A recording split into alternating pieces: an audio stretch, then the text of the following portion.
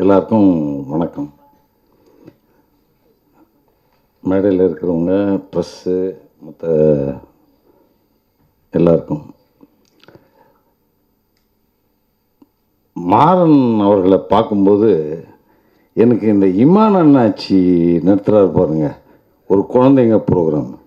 அதில் பயங்கரமாக ஒரு ரவுடியாக ஒரு குழந்தை வந்து சொல்லு அப்படின்ற மாதிரி, அந்த மாதிரியான ஒரு குழந்தை மனப்பான்மையோட ஒரு மிக நேர்மையான ஒரு உன்னதமான குணங்களை கொண்ட ஒரு தாதா மாதிரி தெரிஞ்சிட்டு இருக்கார். ஆனால் உன்னதமான குணங்களை கொண்டவர், ஆனால் ஒரு சினிமாவில் ரொம்ப தேவையான ஒரு தாதாவாக அவர் எப்படியோ இந்த சினிமாவை உருவாக்கிடுச்சு.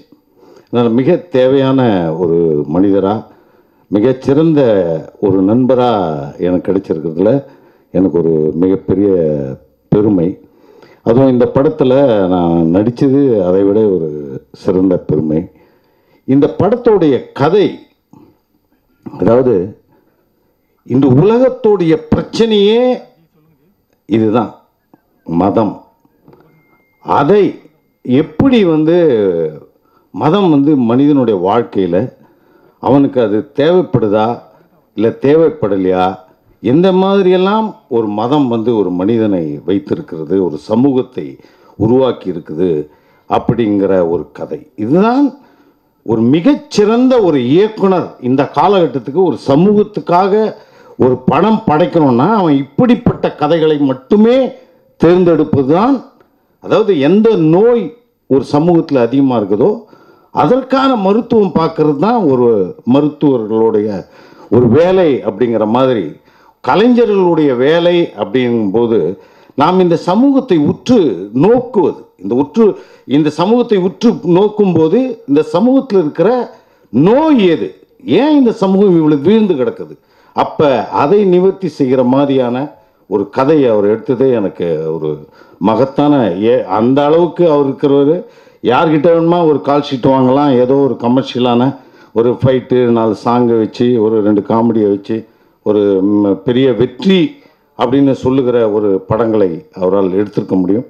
ஆனால் அவருடைய ஜீன்லேயே அவருடைய நிறம் பார்த்தா நான் சொல்லுவேன் மிக பழமையான ஒரு இந்த மண்ணுடைய விதை ஆகத்தான் இருக்கணும். அவருடைய ஆளுமையும் சரி, அவருடைய மொழியும், அவருடைய எல்லா எண்ணமும் பார்த்தீங்கன்னாவே ஒரு இந்த மண்ணுடைய ஒரு ஆதி விதையாக அப்படிப்பட்ட ஒரு மனிதனோட எனக்கு ஒரு சிறந்த நட்பு இந்த திரைப்படம் ஏற்படுத்தியது. அதற்காக அவரே சொல்லிட்டாரு, எனக்கு என்னுடைய கதைகளை நான் இலவசமாக எத்தனையோ பேர் எடுத்திருக்காங்க, சும்மா சொல்ல விடுங்க இது ஒரு கதைங்களா அப்படின்னு நானே அந்த எண்டில் சொல்லிவிடுவேன். இதெல்லாம் ஒரு சாதாரணமாக யோசித்தா வர்ற கதை தானே சார்ன்ட்டு. அப்புறம் பார்த்தா அது ஒரு படமாக வந்திருக்கும். சரி, அந்த டைமில் நம்ம ஒரு டர்ட்டி பிக்சர் கூட அப்படிப்பட்ட என்னுடைய ஒரு பேட்டி தான் அந்த கதையும். இது இருக்குது இல்லை, மகாநடிகன் கூட நான் அதுக்கு முன்னாடி குமுதத்தில் அந்த கதையை பற்றி விரிவாக எழுதினேன். அப்புறம் அவர் ரஜினிகாந்த் அவர்களுடைய வேண்டுகோளின்படி அந்த நேரத்தில் அந்த படத்தை நான் செய்யலை.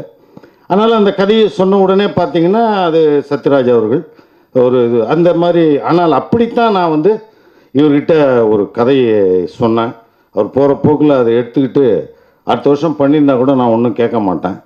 ஆனாலும் அதுக்கு ஒரு ரொம்ப சிறப்பாக இருக்குது, இந்த கதையை நான் எடுத்துக்கிறேன் அப்படின்னு சொல்லிட்டு இந்த ரைட்ஸை எடுத்துக்கிட்டு என்னை இந்த கொரோனா பீரியடில் ஒரு பெரிய ஒரு பாதுகாப்பாக இருந்தது அதனுடைய நிதி.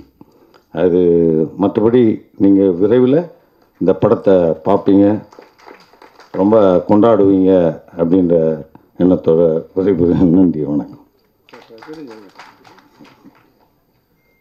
சார் ஒரு கேமராமேன், டைரக்டர், ஏதோ ஒரு படத்தில் நடிச்சிருக்காருன்றதான் உங்களுக்கு தெரியும். அவர் அதை தாண்டி சில வேலை பண்ணுவார். சார் எனக்காக ஒரு விஷயம், இந்த எம்ஜிஆர் சிவாஜி கதை சொல்லுவீங்களே, அது கொஞ்சம் சொல்லுங்கள். டைம் இல்லை இருந்தாலும் இது சொல்லுங்கள். அதாவது மக்கள் திலகம் எம்ஜிஆர் அவர்களை நான் இந்த திரையுலகத்தின் மகத்தான ஒரு கலைஞனாக நான் பார்க்குறேன். அதாவது மகத்தான அதாவது அந்த விஷயத்தை யாருமே கண்டுபிடிக்கல. அவர் கூட அதை பற்றி பெரிய ஒரு துயரம் இருந்திருக்கும். அதாவது மகத்தான நடிகன், மகத்தான வசனகர்த்தா, மாபெரும் திரைப்படத்தை உருவாக்கக்கூடிய இந்த சமூக பொறுப்புடைய ஒரு கலைஞனாக அவரை பார்க்குறேன். அது மட்டும் இல்லை, தமிழை உச்சரித்தவர், திரைமொழியில் முதல்ல தமிழை உச்சரித்தவர். உணர்ச்சிகளை அந்த தமிழால் செய்ய முடியும் அப்படிங்கிறத திரையில் மிகப்பெரிய சமூக பொறுப்போடு செய்தவர் அப்படின்ட்டு. அதுக்கு உதாரணத்துக்கு நான் சொல்லுவேன் அவர் எப்படி அந்த வசனத்தை உச்சரிக்கிறாரு அப்படின்னு சொல்லிட்டு. அதுக்கு நாடோடி மன்னனில் அவர் பேசுகிற ஒரு டயலாக் ஒன்று, அவருடைய உச்சரிப்பும் அந்த உணர்வும், அதாவது எல்லாரையுமே வந்து மிமிக்ரி எல்லாரும் செய்வாங்க. ஆனால் எம்ஜிஆரை வந்து இந்த அடிபட்ட பிறகு தான் மிமிக்ரி செய்வாங்க. ஆனால் உண்மையாக அவர் எந்த மிமிக்ரியே செய்ய முடியாது. காரணம் என்னென்னா அது வந்து வாய்ஸ் கிடையாது, அது உணர்ச்சி. அதாவது நாடோடி மன்னனில் சொல்கிற ஒரு டயலாக் அது சரியாக இருக்கும்னு நினைக்கிறேன். யார் இவன், எங்கிருந்து வந்தான், என்ன இவன் பழைய கதை, ஏன் இந்த நாடகம் என்றெல்லாம் உன் மனம் குழம்பும். தெள்ளிய நீருக்கும் இல்லறத்து பெண்ணுக்கும் கள்ளம் புரியாது, கபடம் தெரியாது. அரண்மனை, அதிகாரம், ஆள், அம்பு, சேனை, இதுதான் நீ கண்ட உலகம். இன்னும் ஒரு உலகம் உண்டு, நீ காணாதது, நான் கண்டது. கேள், காடு வெட்டுவார்கள், கலப்பை பிடிப்பார்கள், விதைப்பார்கள், அறுப்பார்கள், சுமப்பார்கள். ஆனால் உண்ண உணவில்லாமல் தவிப்பார்களே, அந்த பெருங்கூட்டத்திலே நானும் ஒருவன். கேள் அப்படின்னு சொல்லிட்டு அப்படி அந்த உணர்ச்சியோட அது தமிழை நான் வந்து நடிகர் திலகம் அவர்கள் மகத்தான நடிகர், உலகமே அவரை பார்த்து வியந்த ஒரு நடிகர். ஆனால் அவர் அதாவது நாடகத்தில் இருந்த வரைக்கும் பெரும்பாலான பாடல்களை பாடிக்கொண்டே இருந்தார்கள் எல்லோருமே. அதனால தான் அவங்க கடைசியில் சினிமாவில் வந்து வசனம் பேசும்போது கூட அந்த வசனத்துக்கு ஒரு ராகத்தை போட்டாங்க. நடிகர் திலகம் ஒரு மகத்தான நடிகராக இருந்தாலும் வசனத்தை பேசும்போது சின்ன ராகத்தோடு இருப்பார். யார் இவன், எங்கிருந்து வந்தான், என்ன இவன் பழைய கதை என்றெல்லாம் அப்படின்ற மாதிரி ஒரு டியூனோடு இருக்கும்.